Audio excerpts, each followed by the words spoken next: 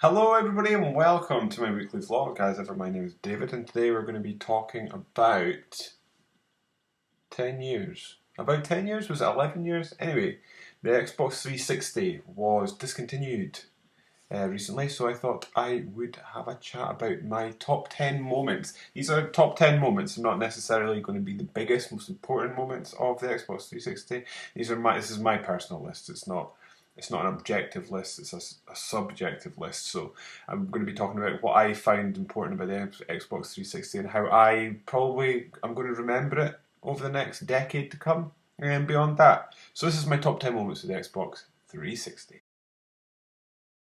And in at number 10, this is probably something that most people won't remember the Xbox 360 for, but for me it's quite special.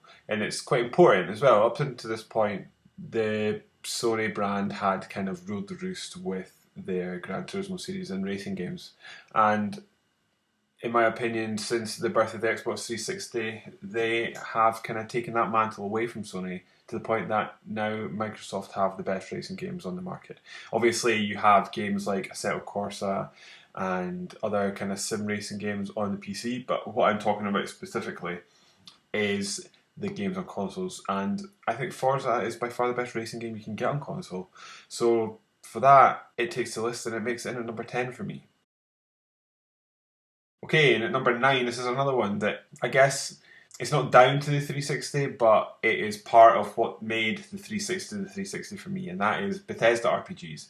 They were obviously a thing before the Xbox 360 came along. You had games like Morrowind, Daggerfall, and things like that out on PC, and I think Morrowind came out on consoles as well. I certainly had it for the original Xbox. However, the games on the Xbox 360 like Fallout 3 and Oblivion, these are what popularised it in my opinion and made them the kind of massive things that they are today. Fallout 4 came out recently and it was an absolute beast of a release. People were just going off their head for it, and it's because of these games, and they were popularised on the Xbox 360. Yes, they came out in the PS3 and they also came out in the PC, which had been the kind of their home up until that point. But the Xbox 360 was the big console of the generation, and that's probably where a lot of people, certainly where I played these games. And for me, I'll always kind of intrinsically remember the Bethesda RPG, Oblivion in particular. That was a really special game for me, and that is down to 360 because that's where I played it. And at number 7, this is another one that seems a little bit kind of out with the box. I promise we will get things that are a little bit more obvious as we get down this list, but for me, the Mass Effect trilogy, in particular Mass Effect 1, because it was an exclusive to the Xbox 360 for such a long time, these were really special games. It's probably one of the first games that made me think about games as things that could be criticised, and probably a large reason that I then became interested in media in general, and then went off to uni to do a journalism degree and then a marketing degree after that. So Mass Effect trilogy is really important to me, and it's one of my favourite games of all time, and that Xbox 360 is where I played these games. So this is probably one that most people will remember poorly, and that's the Kinect. Now, arguably, the Kinect didn't actually do what it was supposed to do until the Xbox One version came along, and by then it was too late, and people had kind of moved on and dismissed it as a peripheral that was actually useful.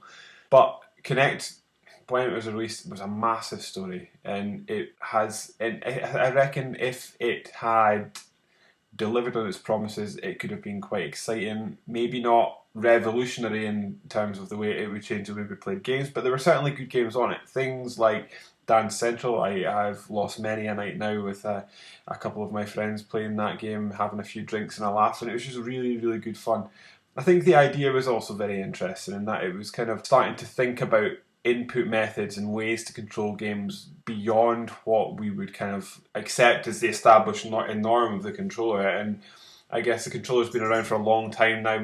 We've iterated upon it, and we've added things like an extra analog stick. We've now got rumble in them. They kind of do a lot of things, and there's been controllers over the years that have tried to do things different. However, Kinect was a whole new method, and I'm not kind of here to discuss about how important it was, I guess, or even maybe that was the wrong word. I'm not here to discuss about its viability. That's kind of not up for question. But it was a huge thing, and it's a huge mark on the Xbox 360's life.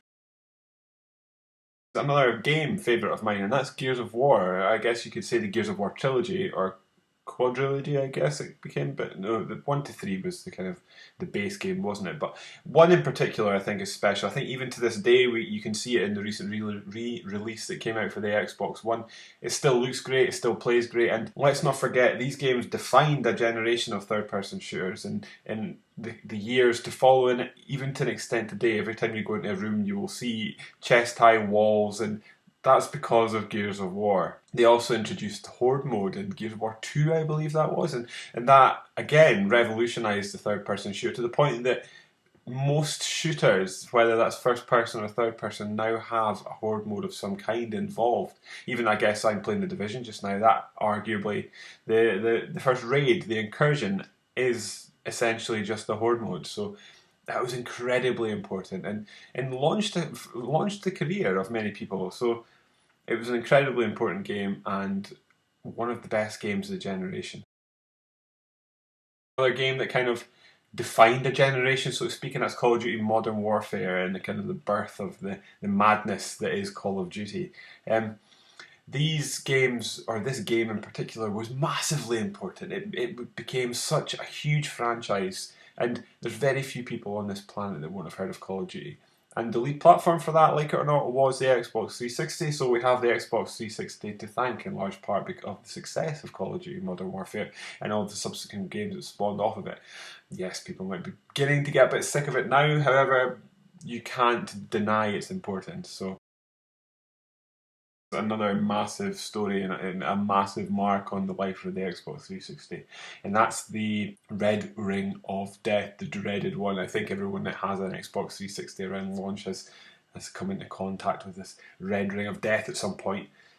That was a real pain in the backside, and unfortunately I think the Xbox 360 will always be remembered alongside its troubled launch. I think that's fair to say. It had a very, very troubled launch, and the Red Ring of Death was a huge problem to the point that Microsoft started fixing them for free, and I think it cost them a lot of money. So this was a huge problem at the time. I think we've largely moved on from that now, and thankfully they managed to sort things out so that the console became a little bit more reliable. They kind of iterated upon that, so it obviously became cheaper and it ran a little bit better. But those launch Xbox 360s had a serious defect, and that was a huge problem for them, a massive PR headache. I think the reason I've not had it up higher, because I can argue, let's face it, it was a huge story at the time, it's because I kind of want to remember the Xbox 360 positively. So the next three, well, there's one that's maybe not going to be so positive, but I suppose it could go either way. But that's mine, the Red Ring of Death. Number 3, HD gaming. It's easy to forget now that we have HD games everywhere, but this came at a time, it was 2005 it came out, so it came out at a time that HD TVs were just becoming affordable, a little bit like 4K is now, and this almost pioneered HD gaming. And I know things like the PC would have been doing it before then, but I am a console gamer, so this is where I was first introduced to HD gaming. Interestingly, I believe the original Xbox launch ones didn't have a HDMI port, however that came on later ones, and it was kind of at the crest of a wave and kind of came along at the time of HD gaming, so that's my number 3. Number 2, this could go either way, patches. Patching has become a prolific part of games to the point now that every game has a patch on day one.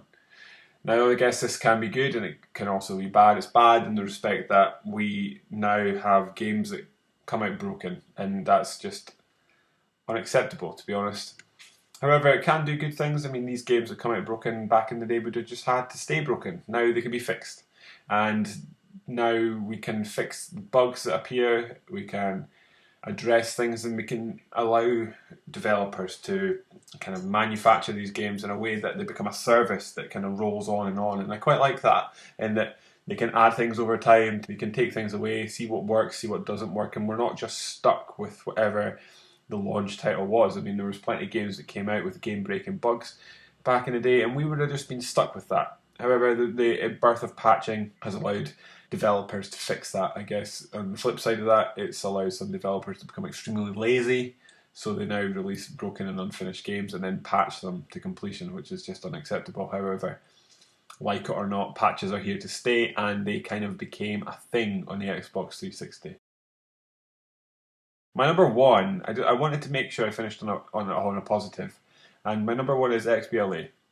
Before Xbox Live, well, before the Xbox 360, sorry, came along, we had these consoles that basically built for the AAA and the B tier, and it was a box copy of a game and nothing else. Xbox Live came along with its marketplace and introduced downloadable games, which started off as these kind of smaller, bite-sized little experiences. However, steadily grew to the point now that we're downloading entire games on our marketplaces, and not only that, but it's kind of redefined what it means to make games. So you no longer have to have a team of 200 plus people. You can sit in your bedroom, one person can make a game and put it out and make lots of money and survive on that, which is absolutely fantastic. And that's largely, I would say, down to the Xbox 360 and its Xbox Live Marketplace. We now no longer look down our nose at these games as well. We play them and we see them as equals to box copies. I remember when Alex and I started doing our podcast, we would constantly say the phrase that it was good for a downloadable game.